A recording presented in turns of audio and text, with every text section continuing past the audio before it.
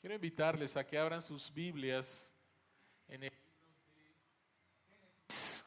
el libro de Génesis, el capítulo 9. Génesis capítulo 9, y vamos a continuar con nuestra serie que se llama el libro de los orígenes. Estamos estudiando Génesis capítulo del 1 al 11 y estamos en nuestro mensaje número 16. Génesis capítulo 9, versículos 18 hasta el 29. Génesis capítulo 9, versículos 18 al 29, esta es la palabra de Dios. Los hijos de Noé que salieron del arca fueron Sem, Cam, que fue el padre de Canaán, y Jafet. Estos fueron los tres hijos de Noé, que con su descendencia poblaron toda la tierra. Noé se dedicó a cultivar la tierra y plantó una viña. Un día bebió vino y se embriagó, quedándose desnudo dentro de su carpa. Cam, el padre de Canaán, vio a su padre desnudo y fue a contárselo a sus hermanos que estaban fuera. Entonces Sem y Jafet tomaron un manto, se lo echaron sobre los hombros y caminando hacia atrás cubrieron la desnudez de su padre.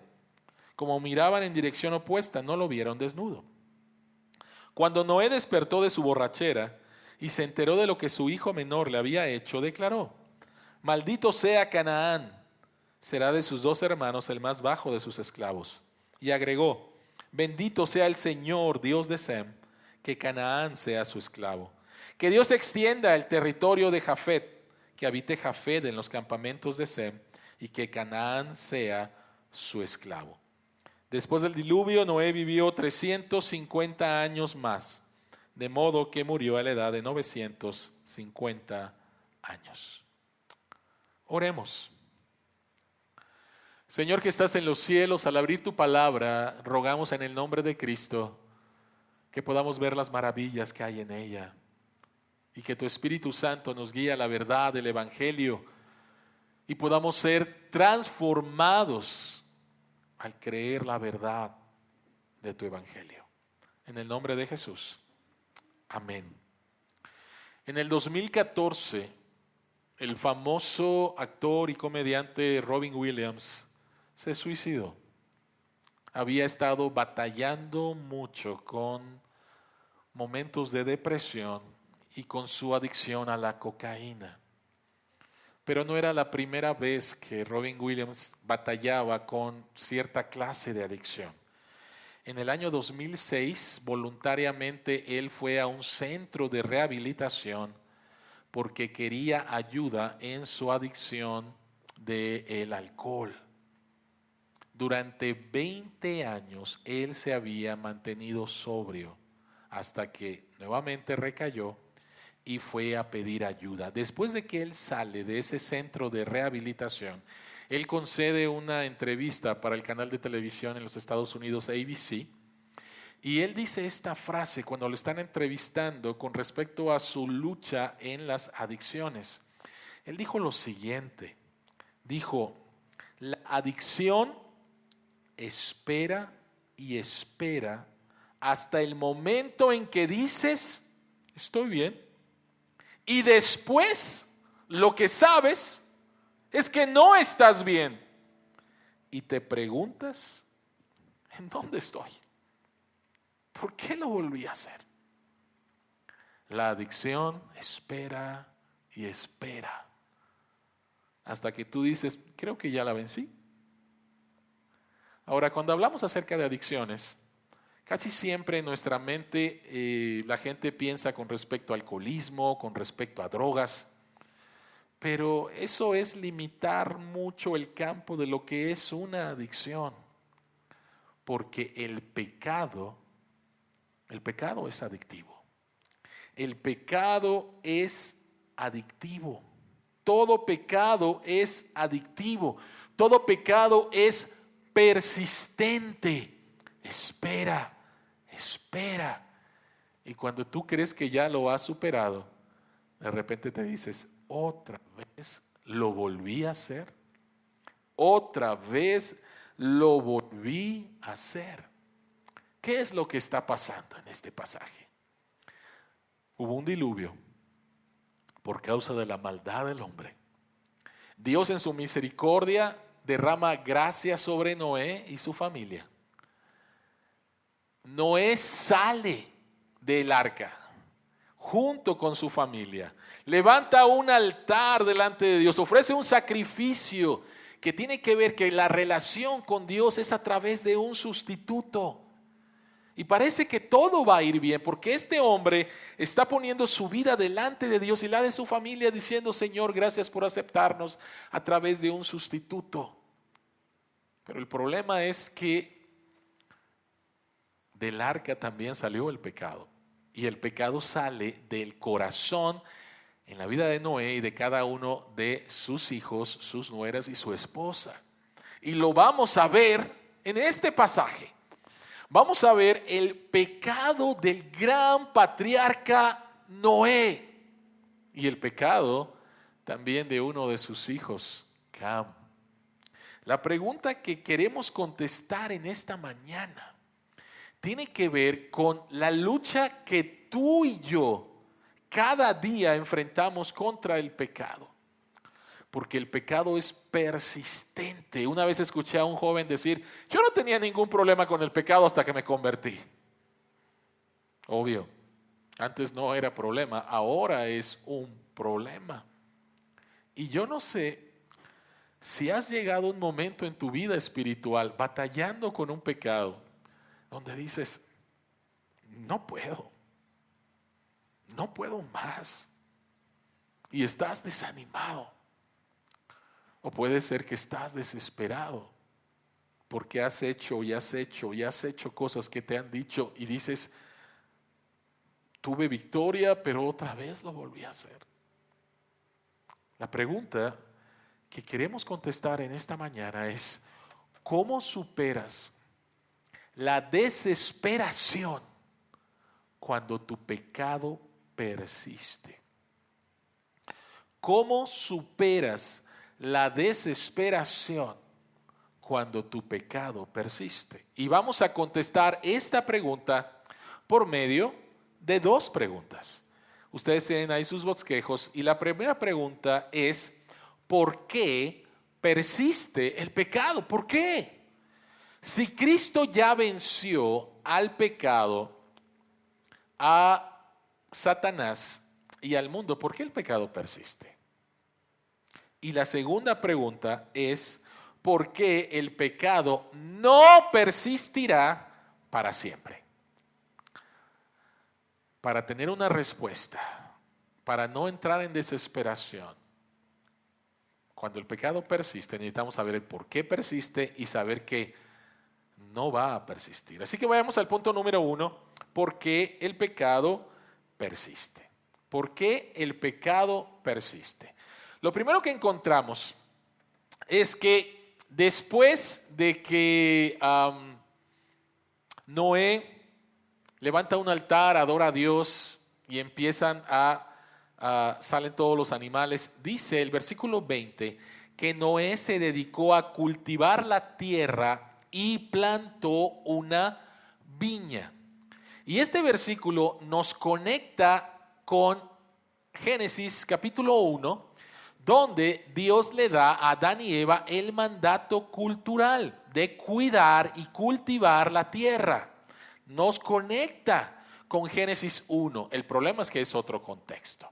Pero también este versículo nos conecta con la profecía que había hecho el papá de Noé en Génesis capítulo 5, el versículo 29. Lamec, el papá de Noé, hizo esta profecía. Dijo: este niño, Noé, nos dará descanso en nuestra tarea y penosos trabajos en esta tierra que maldijo el Señor. ¿Cómo es que Noé cumple este mandato? Bueno, en primer lugar, mencionamos que Noé empieza a labrar la tierra al igual que Adán. El problema es que el contexto de Noé es más difícil porque Adán empezó a labrar la tierra, a cuidar la tierra, a cultivar la tierra en un contexto de perfección. No había pecado. Noé tiene que traer la bendición de la tierra en un contexto de maldición. Ahora, ¿qué es lo que hace Noé? Dice que él plantó una viña. Ahora, es interesante aquí la palabra donde dice Noé se dedicó. Ahí la palabra es que él empezó a hacer algo nuevo. Y entonces lo que entendemos es que Noé, en su respuesta al mandato cultural de cultivar y de cuidar la tierra, él desarrolla el arte de cultivar uvas, crear un viñedo y entonces la ciencia y el arte de crear vino. Él hace algo bueno. Con lo que Dios le ha dado, él hace algo bueno. De hecho, el Salmo 104, el versículo 15, dice con respecto al vino, el vino que alegra el corazón. Jueces capítulo 9, el versículo 13, en una parábola, dice, pero la vid le respondió, ¿he de renunciar a mi vino que alegra a los dioses y a los hombres? Noé somete la tierra a través de su trabajo para traer confort y alivio y crea el vino, el cual es algo bueno y que trae alegría, dice aquí, a los hombres. Noé cumple la profecía de su padre al traer confort y alivio. ¿Cuál es el problema? ¿Por qué persiste el pecado? Porque el pecado pervierte lo bueno. El pecado pervierte lo bueno. Vean por favor lo que pasó en el versículo 21. Dice que Noé un día bebió vino y se embriagó, quedándose desnudo dentro de su carpa.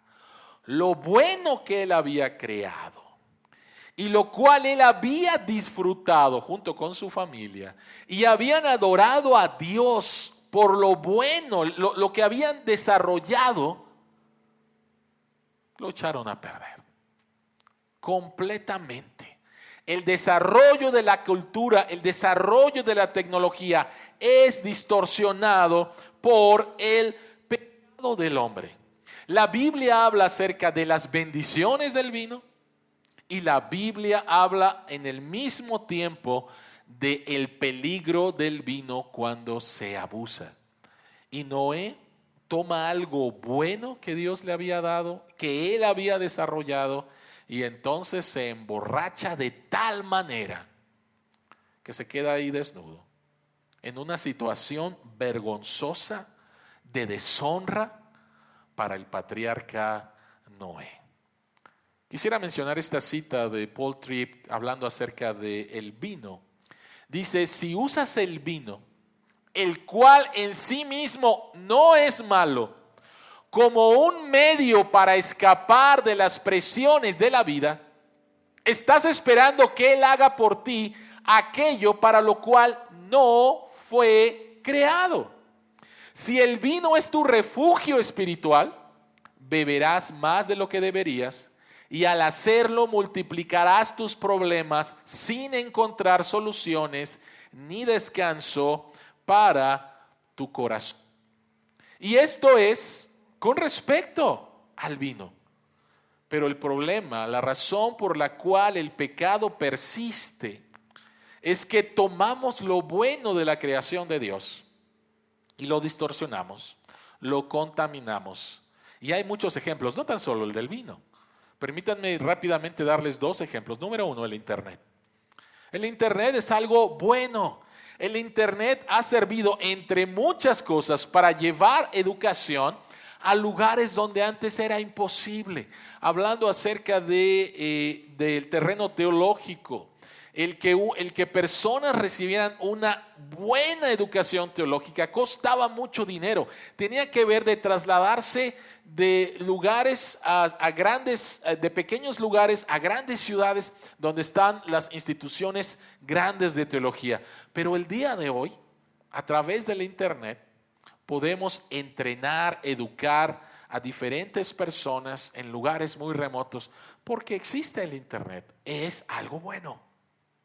Pero al mismo tiempo, el Internet ha servido para que el día de hoy haya una adicción a la pornografía de una manera increíble. Increíble. Algo bueno que se convierte en algo malo. Déjenme mencionar otro ejemplo, redes sociales. Las redes sociales son buenas. Las redes sociales nos han conectado de formas que no nos hubiéramos podido imaginar. El día de hoy domingo, muchas iglesias están utilizando redes sociales para poder transmitir sus servicios de adoración. Por lo tanto, es algo bueno. Pero al mismo tiempo, las redes sociales se han convertido en una fuente increíble de odio, en una fuente increíble de mentiras, en una fuente increíble de manipulación, en una fuente increíble de maldad. Entonces, ¿por qué persiste el pecado? En primer lugar, porque el pecado trastorna lo bueno de la creación de Dios. Y aquí estamos. Y hay muchas cosas buenas. Y así como está el ejemplo del vino o del internet o de las redes sociales, tú puedes pensar en muchas cosas que te rodean o en las buenas intenciones que tú tienes y de repente todo se distorsiona por causa del pecado. Noé desarrolló el arte y la cultura del vino y terminó borracho. Pero también hay otra razón. La segunda razón es porque el pecado se alimenta del pecado. El pecado se alimenta del pecado. Vean por favor versículos 22 y versículo 24. Noé está borracho en su tienda desnudo. Entra uno de sus hijos Cam, versículo 22. Cam, el padre de Canaán, vio a su padre desnudo y fue a contárselo a sus hermanos que estaban afuera. Entonces Sem y Jafet tomaron un manto, se lo echaron sobre los hombros y caminando hacia atrás cubrieron la desnudez de su padre. Como miraban en dirección opuesta, no lo vieron desnudo. ¿Qué es exactamente lo que hizo Cam a su padre? Hay algunas ideas muy locas, diría yo.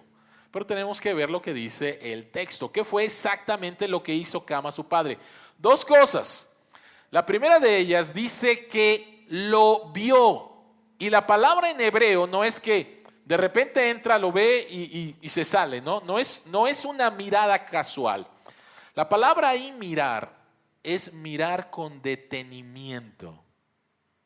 Entonces, Cam entra, ve a su padre desnudo y se le queda mirando.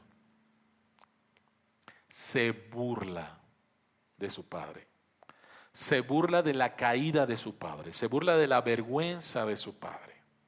Y lo segundo que hace es que lo dice. En lugar de quedarse callado, en lugar de ayudar a su padre en su vergüenza, en su deshonra, lo que hace Cam es: voy a contarlo. Vengan, Sem, vengan, Jafet, vamos a burlarnos de nuestro padre. Lo que hace Cam es que de una manera impresionante rompe el quinto mandamiento al burlarse de su padre en su caída, en su desgracia. Él quería avergonzar a su padre de una manera más fuerte aquí. Y la pregunta es: ¿por qué lo haría? ¿Por qué haría eso, Cam? Y la razón por la cual él lo hace es la misma razón por la cual tú y yo somos tentados a chismear y a calumniar de una persona que ha caído en vergüenza. Y para eso las redes sociales se pintan solas. La razón por la cual Cam hizo eso es la misma razón por la cual tú y yo somos tentados a burlarnos, a calumniar, a chismear de una persona que ha caído en vergüenza. ¿Por qué? porque se siente bien poner a alguien debajo de ti y eso te hace sentir mejor, de que tú no eres como esa persona. Es orgullo y es autojusticia, te crees mejor. El pecado de Cam se alimentó del pecado de Noé. O sea, la acción de Cam no fue fortuita, no fue la primera vez. Es algo con lo cual él ya batallaba. Y su pecado fue alimentado por el pecado de su padre. Vean por favor lo que el apóstol Pablo dice en Gálatas capítulo 6, versículos 1 al 2. Hermanos, si alguien es sorprendido en pecado, ustedes que son espirituales, publíquenlo en todas sus redes sociales para avergonzar más a ese hermanito que anda en pecado. ¿Eso dice el texto? No, no dice ese texto. El texto dice, deben restaurarlo con una actitud humilde. Pero cuídese cada uno porque también puede ser tentado. Ayúdense unos a otros a llevar sus cargas y así cumplirán la ley de Cristo. Cam no restauró a su padre, no fue a restaurar a su padre. Él con una actitud de orgullo, con una actitud de autojusticia, soy mejor que mi padre, me voy a burlar de mi padre, voy a llamar a mis hermanos para que vean a mi padre en su caída y en su vergüenza y en su deshonra. Ahora es interesante que en este pasaje de Gálatas 6, donde Pablo nos dice que debemos de restaurar al hermano que ha caído, dice, cuídese cada uno porque también puede ser tentado. Y la pregunta es, ¿tentado de qué? Tentado exactamente con la misma actitud, con una actitud de orgullo, de autojusticia, pensando en que yo jamás haría eso. Yo jamás haría eso. Eso que hizo el hermanito, eso que hizo la hermanita, yo jamás lo haría. Cuando dices eso, estás confiando en tu propia fuerza y te sientes mejor que la otra persona. Eso está completamente mal. Ahora, voy a decirlo de esta manera, ¿cuál es el peor pecado en este pasaje? ¿Cuál es el peor pecado? Otra vez, todos los pecados son iguales, ¿ok?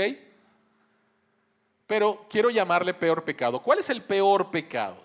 Y de una lectura muy ligera de este pasaje, diríamos inmediatamente la borrachera de Noé. El peor pecado es la borrachera de Noé. Ahora quiero hacerte la pregunta, ¿cuál es el pecado que es más denunciado, enjuiciado? Y es el pecado de Cam. Es el pecado de Cam. La maldición cae sobre el hijo de Cam. Ahora, por favor, no quiero ser malinterpretado. No significa que Dios no le importó la borrachera de Noé. No va por ahí. ¿Ok? No va por ahí. Pero el pecado que es señalado, el pecado que es maldecido, es el pecado de Cam. Y la pregunta es ¿por qué? Escúchame por favor con atención esto. Para Dios es muy serio cuando con una actitud de orgullo y de autojusticia tratamos a una persona que ha caído de esta manera. Para Dios es muy serio el que nos acerquemos a alguien que ha caído y que nos acerquemos con una actitud llena de orgullo y de tu justicia, diciéndole a esta persona, ¿cuándo vas a cambiar? Diciéndole a esta persona, si tan solo leyeras la Biblia tanto como yo, si tan solo hicieras esto, hicieras aquello, cambiarías, ¿sí? Como yo. Lo increíble es esto. Yo acabo de decir que el pecado se alimenta del pecado. Y tu adicción al orgullo y tu adicción a la autojusticia se alimenta de la persona que ha caído. Qué horrible el que tengamos una adicción de la desgracia de otro. Qué horrible. Qué horrible que utilicemos redes sociales para burlarnos de la desgracia de otros. No, yo no soy adicto al alcohol. No, yo no soy adicto a las drogas. No, pero eres adicto a sentirte mejor a través de las desgracias, de la vergüenza, de la caída de otra persona. Esto no agrada a Dios. Y es lo que se menciona aquí. El pecado se alimenta del pecado de otros y el pecado se alimenta también de tu propio pecado. ¿Por qué persiste el pecado? El pecado tiene hambre. Si tu problema tiene que ver con la aceptación, ¿no? Tienes una idolatría por ser aceptado, por ser reconocido de otras personas. Tienes una idolatría. Y cuando eres rechazado, cuando no eres reconocido, ¿cómo tratas con ese dolor? ¿Cómo tratas con ese enojo? Hay muchas formas. Una de ellas pudiera ser nuevamente el abusar del alcohol para tratar de calmar el dolor porque otras personas no te reconocieron y no te aceptan, ¿no? El punto al final es que el pecado se alimenta del pecado. El pecado se alimenta del pecado. Entonces, eso es lo primero que tenemos que entender para no caer en desesperación en nuestra lucha con el pecado. El pecado persiste en este mundo caído porque toma lo bueno de Dios y lo transforma en algo malo, y porque el pecado se alimenta del pecado de otros y del propio pecado. Pero lo segundo que tenemos que saber es que, gracias a Dios, el pecado no persistirá para siempre. El pecado no persistirá para siempre. Lo primero que vemos en este pasaje, hablando de esto, de esta segunda pregunta, es que Sem y su hermano Jafet cubren a su padre. Vean el versículo 23. Entonces Sem y Jafet tomaron un manto, se lo echaron sobre los hombros y caminando hacia atrás cubrieron la desnudez de su padre. Como miraba en dirección opuesta, no lo vieron desnudo. El patriarca Noé, borracho, desnudo, en una situación de vergüenza, de deshonra. Y aquí lo que vemos es el amor de sus hijos, el honrar al padre, aún en su desgracia, en su caída, y lo vamos a honrar. Vamos a cubrir la desnudez de nuestro padre. No nos vamos a burlar de él. Vamos a ayudarle en su caída. Esto es lo que vemos en este pasaje. Y el apóstol Pedro, en su primera epístola, capítulo 4, el versículo 8, dice lo siguiente: sobre todo, ámense los unos a los otros profundamente, porque el amor cubre multitud de pecados.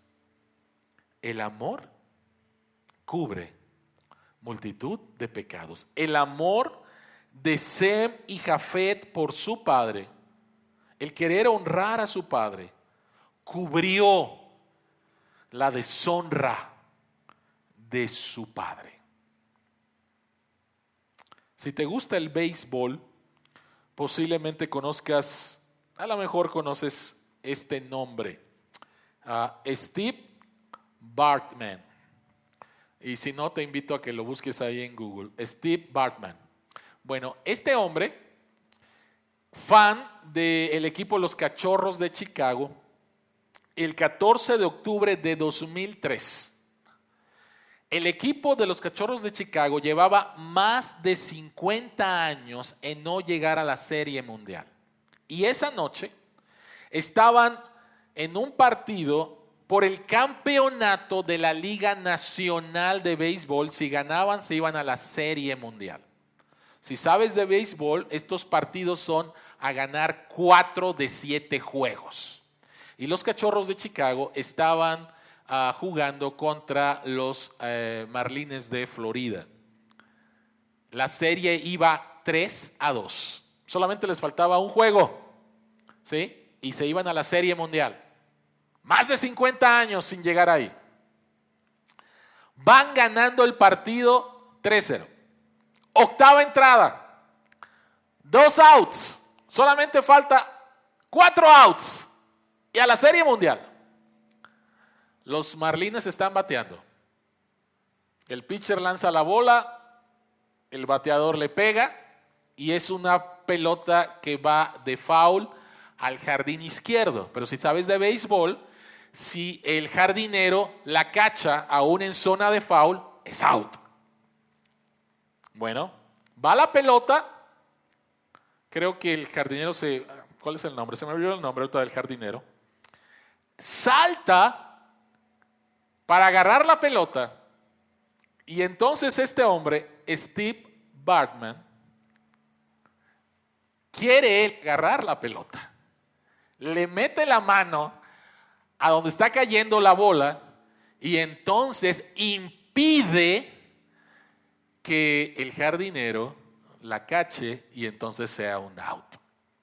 Y al final ni la pudo agarrar Steve Bartman la pelota. ¿Saben qué fue lo que pasó? ¿Saben qué fue lo que pasó cuando el estadio entero se dio cuenta de lo que este hombre había hecho? De que había impedido un out y estar a 3 para ir a la Serie Mundial. Le empezaron a tirar de cerveza. Le empezaron a tirar de comida. Le empezaron a decir una serie a insultarlo. Y todavía duró una entrada más. El equipo de Chicago perdió. Iba ganando 3-0. Perdió. Y al siguiente día, perdió. ¿Saben a quién le echaron toda la culpa? A Steve Bartman. Cuando los policías de seguridad, la gente de seguridad, se dio cuenta de lo que estaba pasando, fueron por este hombre a cuidarlo. Porque este hombre empezó a recibir una serie de insultos. Y estos dos guardias de seguridad lo tomaron, lo sacaron del estadio ahí en una oficina y esperaron 2 horas hasta que toda la gente se había ido del estadio. La gente estaba furiosa. Steve Bartman cometió un error. Y estaba lleno de vergüenza. Y la gente se lo estaba recordando. Lo tuvieron que llevar policías hasta su casa. Recibió amenazas de muerte. Una locura. Pero estos 2 guardias de seguridad lo protegieron. Lo cubrieron. Sem cubrió la vergüenza de su padre. Jafet hizo lo mismo. Y esto apunta a una pregunta muy importante. Qué bueno cuando por amor tú puedes cubrir la vergüenza de alguien que ha caído. Pero eso no significa que la vergüenza sea quitada, que la vergüenza sea removida. Sem hizo algo bueno. Encubrir el pecado de su padre. Pero el pecado no fue quitado. El pecado no fue quitado. Entonces, ¿cómo la vergüenza del pecado puede ser removida? Y es que hay alguien mayor que Sem. Hay alguien mayor que Sem. Y este mayor que Sem es uno de sus descendientes. Si sigues leyendo el texto y llegamos hasta Génesis capítulo 11, vas a encontrar la genealogía de Sem, ¿Qué es lo que ocurre a partir de aquí? A partir de aquí otra vez vemos la división entre la simiente de la serpiente, los descendientes de Cam, y la simiente de la mujer, los descendientes de Sem. Y llegamos entonces a Génesis capítulo 11, la descendencia de Sem, y de repente llegamos a un hombre que se llama Abraham. Y sabemos que Dios elige a Abraham para formar a partir de su descendencia el pueblo de Israel, por medio del cual va a venir el Salvador, Jesús. Hay alguien mayor que Sem, que no tan solo va a cubrir la vergüenza del pecado, la deshonra del pecado, sino que va a remover el pecado, va a quitar el pecado. Y ese mayor que Sem es nuestro Señor Jesucristo. ¿Cómo lo hace? Ya lo sabes, pero es necesario recordar la historia. Ya lo sabes. Hebreos capítulo 12, el versículo 2 dice: fijemos la mirada en Jesús, el iniciador y perfeccionador de nuestra fe, quien por el gozo que le esperaba soportó la cruz, escucha, menospreciando la vergüenza que ella significaba, y ahora está sentado a la derecha del trono de Dios. ¿Cómo Jesucristo no tan solo cubre, sino quita, remueve la vergüenza del pecado, el pecado? Porque Él experimentó la vergüenza de la cruz. La cruz romana fue diseñada para humillar en lo más profundo al criminal.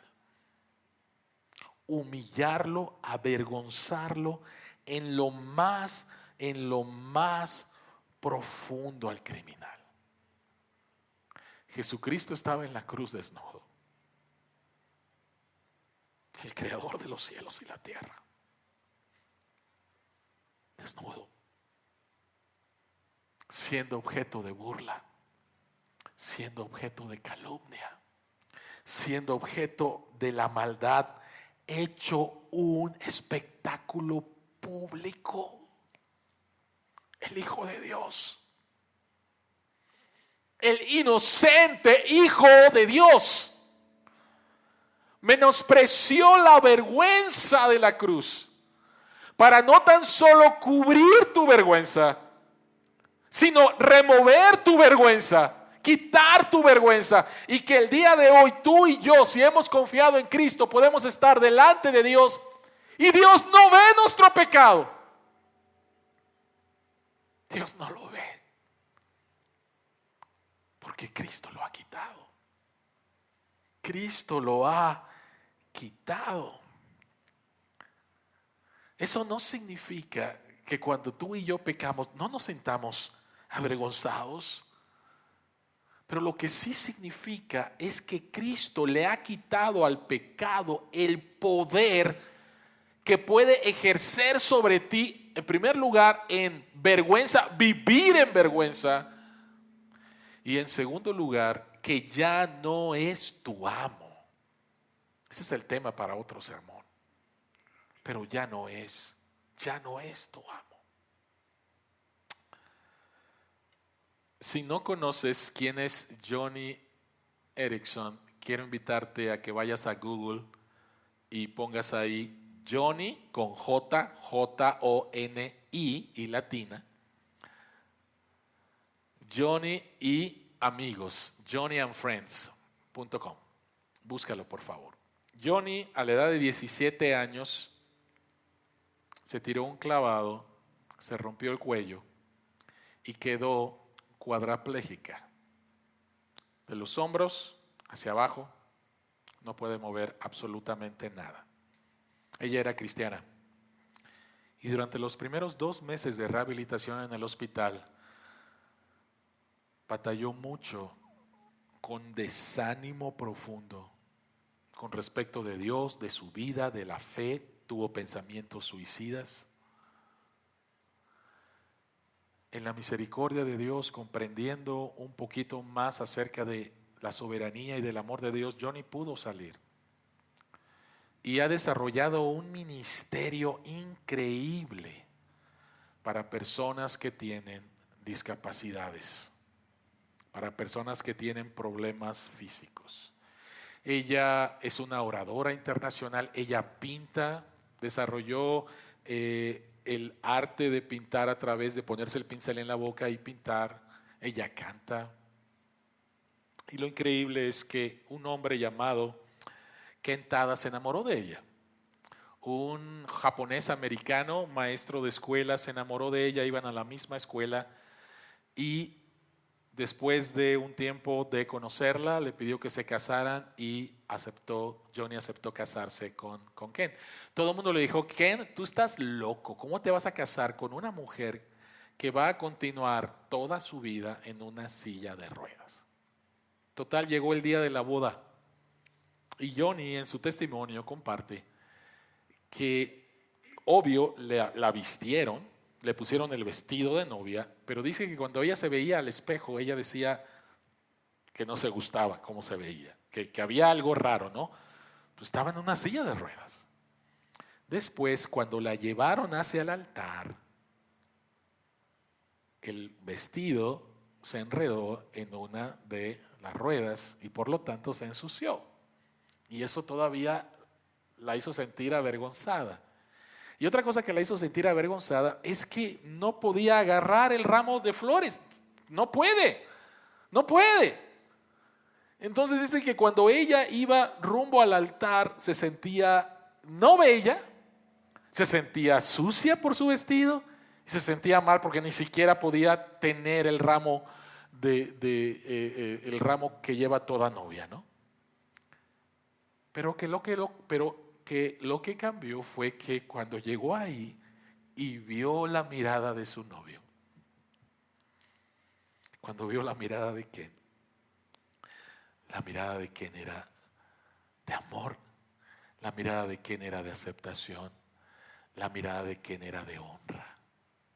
Y entonces todo su sentimiento de vergüenza y de deshonra y de suciedad y de no sentirse adecuada cambió completamente al fijar sus ojos en su novio, quien la veía bella, hermosa y listo para desposarla.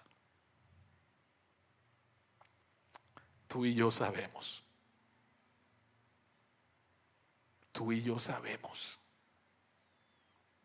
lo que es sentirse mal por haber pecado.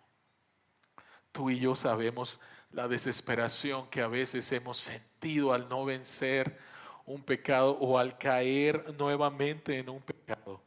Pero déjame decirte algo. Hebreos dice: fijemos nuestra mirada en Jesús. Y cuando Jesús te ve, no te ve sucio, no te ve inadecuado. Cuando Jesús te ve vestido con la justicia que Él ganó para ti a través de su vida perfecta aquí en la tierra. Cuando Jesucristo te ve, como dice el libro de Colosenses, nos ve sin mancha, sin pecado. Y un día vamos a poder ver cara a cara físicamente a nuestro Salvador. Y ahora que solamente lo vemos con ojos de fe, pero ese día vas a poder ver verdaderamente sus ojos, unos ojos que te aman, de tal manera que fue a la cruz a experimentar esa vergüenza para que tú y yo ya no la experimentemos más. De esa manera podemos vencer la desesperación en nuestra lucha con la persistencia del pecado y darle gracias a Dios que en Cristo somos nuevas criaturas, tenemos un nuevo poder en nuestra lucha con el pecado, sabiendo que no va a ganar al final, no va a ganar. Es el Señor en Cristo. Cristo a través de nosotros. Oremos. Gracias, Señor. Gracias, Señor, por la obra perfecta de Cristo en nuestro favor. Gracias, Señor, que tú no nos ves con nuestros pecados, con nuestras vergüenzas, con nuestra deshonra. Gracias que nos ves en Cristo, porque hemos sido vestidos con su justicia perfecta por nosotros en la cruz. Gracias, Señor. Ayúdanos, Padre Celestial, a seguir entendiendo lo que dice tu palabra en nuestra nueva relación con el pecado. Ayúdanos, Señor, como dijo Pablo ahí en el pasaje de Gálatas, en ayudar a los que han caído. Y como dice Pedro, a que el amor cubre multitud de pecados, porque de esa manera tú nos trataste. Y entonces nosotros debemos de tratar a otras personas. No somos mejores que nadie. Somos pecadores que han sido salvados por gracia. Bendito sea, Señor. A ti toda la gloria en Jesucristo. Amén.